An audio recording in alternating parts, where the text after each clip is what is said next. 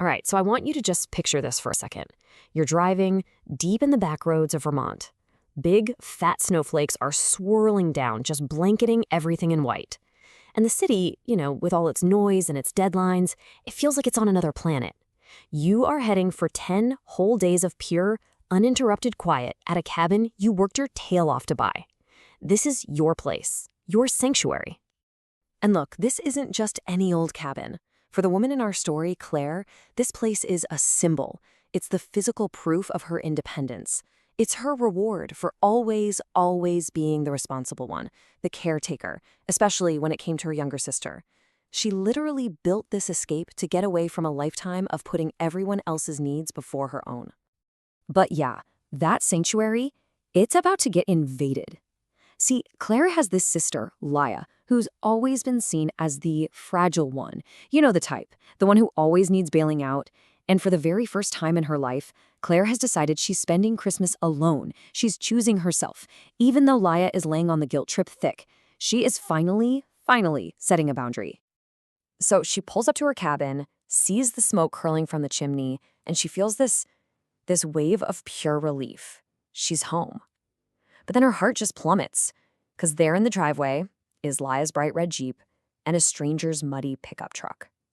And the silence she was dreaming of, it's being broken by the faint thumping of some loud, sugary Christmas pop music. Something is really, really wrong here. And when she walks inside, oh man, it is a total sensory assault. Her simple, cozy cabin has been completely hijacked. There are strangers lounging on her furniture, a huge, gaudy Christmas tree has replaced her simple little one, and then, and this is the real gut punch, the photo of her parents, who had passed away, has been taken off the mantle, and in its place, a picture of her sister's in-laws. And then Laya says this. Just listen to those words. Our cabin. With that one little phrase, it all crystallizes for Claire. This isn't just a party she wasn't told about. This is a complete and total takeover. Laya and her husband haven't just borrowed her cabin for a weekend. They've literally moved their life into the one Claire built for herself. So you know the scene, right? Everyone in the room just tenses up, waiting for the explosion. They're expecting the usual family drama, the tears, the shouting, the big dramatic scene that can gossip about for years. But it never comes. Something inside Claire just snaps. And instead of that old emotional reaction, this cold, quiet clarity just washes over her. A lifelong pattern is about to be shattered. And this, right here, this is the moment everything pivots. She decides to draw a line in the snow right then and there. But instead of getting into it with her sister, she turns and addresses the strangers in the room.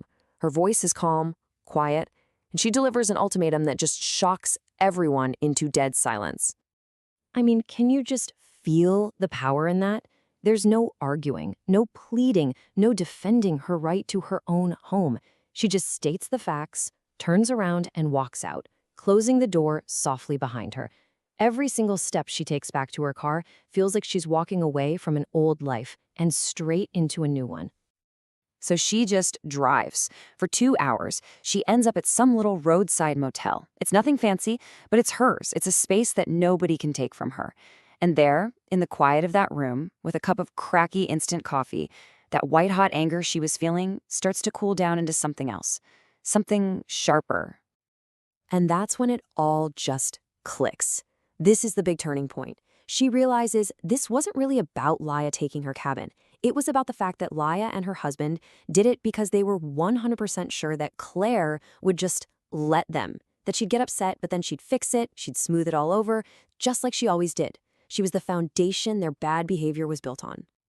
So she goes back the next day to a cabin that is almost spookily clean, scrubbed, spotless out of guilt, or maybe fear. And that night, sitting by her own fire in her own home, she makes a vow. She pours a drink, raises the glass, and makes a toast to boundaries. This is where the real work is about to begin. And this new clarity she has, it leads to action. Now, this isn't about revenge. It's not petty. It's surgical. Over the next few days, she calmly and methodically starts to dismantle the entire financial safety net that she had been providing for her sister for years.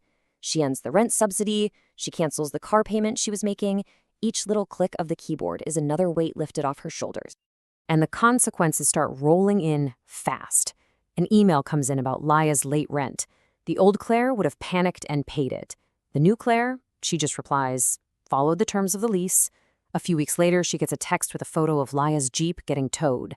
She doesn't feel happy about it, just a quiet sense that reality is finally catching up.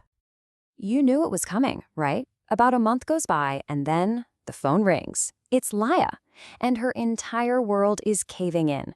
She got into a huge fight with her husband and his family.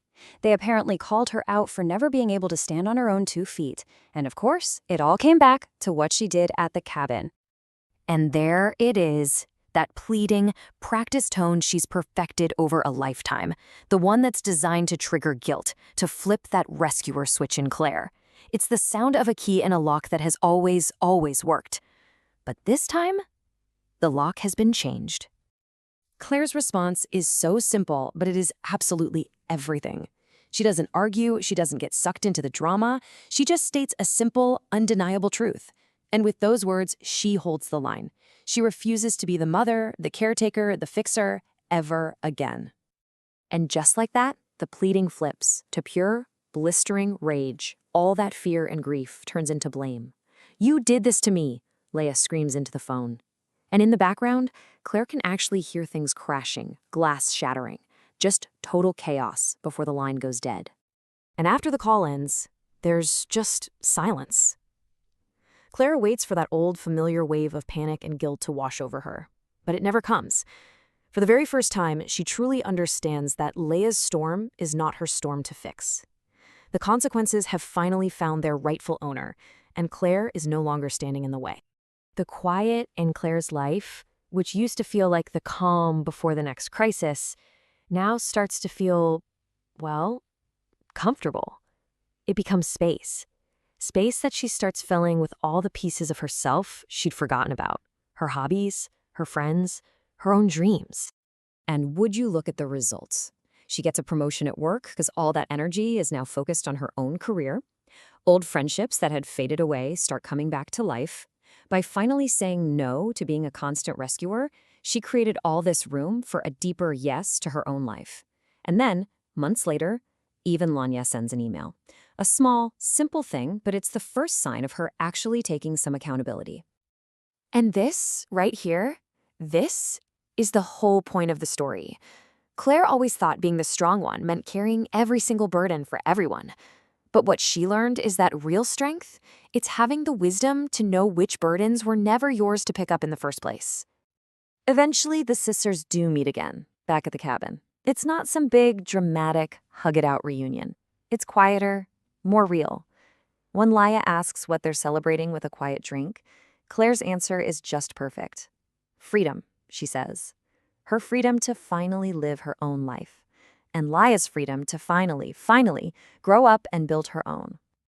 And that really brings it all home to the question this story leaves us with. It's a pretty powerful one to think about in our own lives, right? With our own families and friends. So just take a second and ask yourself that, honestly.